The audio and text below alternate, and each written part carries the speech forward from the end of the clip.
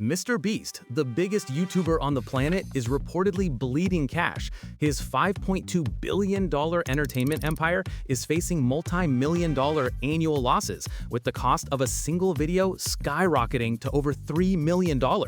Now, he's brought in a Silicon Valley veteran who used to work at SoftBank to try and clean up the financial mess.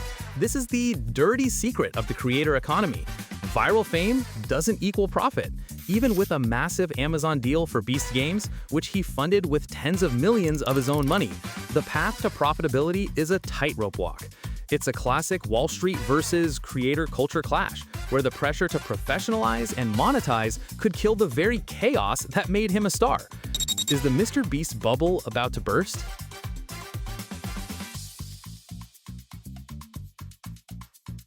Meet New York's most hated tech founder. 22-year-old Avi Schiffman spent $1 million plastering the New York City subway with ads for his $129 AI friend pendant, and New Yorkers are absolutely destroying them. The ads are covered in graffiti, calling the product cringe, and saying AI wouldn't care if you've lived or died. It's the perfect viral moment, tapping into the massive public backlash against creepy, out-of-touch tech solutions for human loneliness. And the founder's response? He says he loves the hate. This isn't just a failed ad campaign, it's a cultural flashpoint. It's the physical manifestation of the war between Silicon Valley's dystopian vision for the future and people who would rather just, have actual friends. This is why everyone hates tech bros.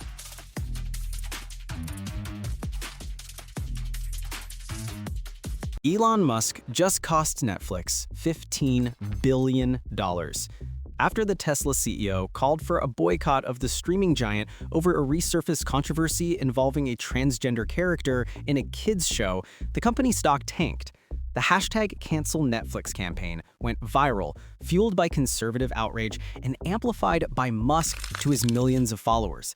This is the new reality of the culture wars. A single tweet from a powerful billionaire can wipe billions off a company's market cap in a matter of hours. The controversy escalated when the show's creator was targeted for unrelated political comments, showing how quickly these online mobs can spiral out of control. It's a brutal lesson for Wall Street. In 2025, the biggest threat to your stock price isn't a bad earnings report. It's a culture war.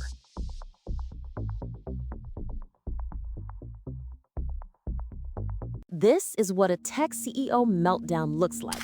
Jay Graber, the CEO of Twitter alternative Blue Sky, is having a public flameout after responding waffles to users raising serious concerns about transphobia on the platform.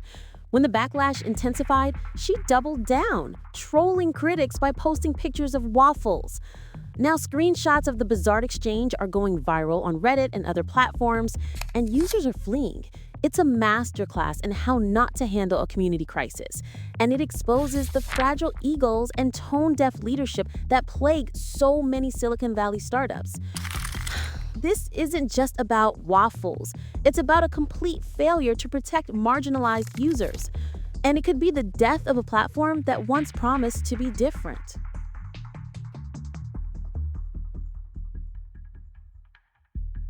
The AI bubble is about to burst, and it's going to be bigger than the dot-com crash. That's the warning from multiple top analysts who are calling the current AI hype a massive red flag.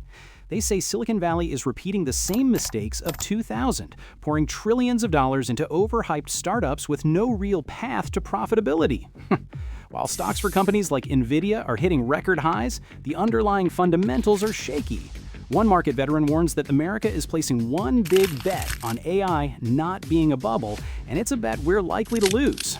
This isn't just a correction, it's a potential financial crisis in the making, fueled by greed, hype, and a dangerous disconnect from reality.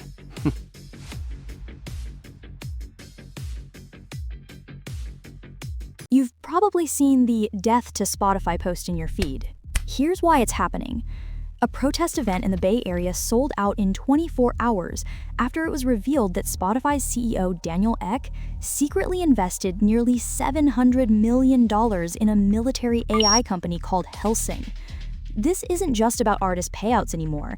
It's about a streaming giant using its profits to fund the development of weapons. The backlash is growing, with artists and activists calling for a full-blown boycott. It's a perfect example of how Silicon Valley's pivot to the military-industrial complex is creating a massive cultural rift.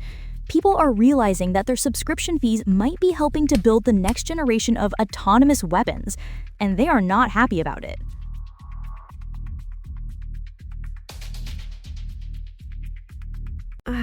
As Washington burns, Wall Street is running for cover.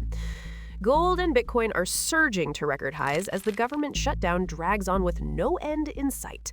This is the classic flight to safety, as investors dump stocks and pile into assets that can't be devalued by political incompetence. It's a clear vote of no confidence in the American political system, and it shows how Wall Street profits from chaos and dysfunction. While the rest of the country suffers, a select few are making a killing by betting on instability. This isn't just a market trend, it's a symptom of a deeply broken system where the rich get richer, especially when things fall apart. The worse things get, the more money they make.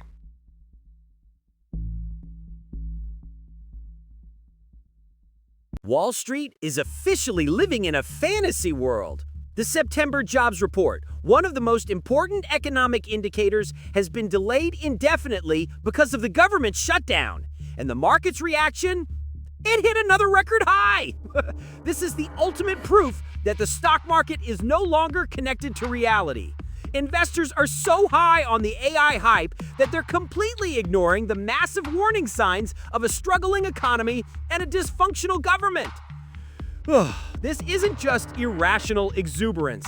It's a dangerous delusion. The entire market is being propped up by a single narrative, and when that narrative collapses, the crash will be brutal. Don't say we didn't warn you.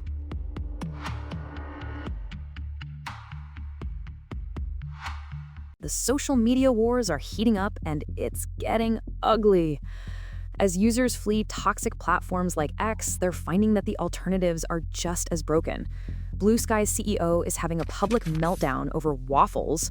Threads is still a ghost town, and every new platform seems to be struggling with the same problems of content moderation and leadership failures. This isn't just a series of isolated incidents. It's proof that the centralized social media model is fundamentally flawed. The battle for the future of online communication is here, and it's a mess. Users are desperate for a better way to connect, but Silicon Valley seems incapable of providing it. The entire system is broken, and we're all living with the consequences.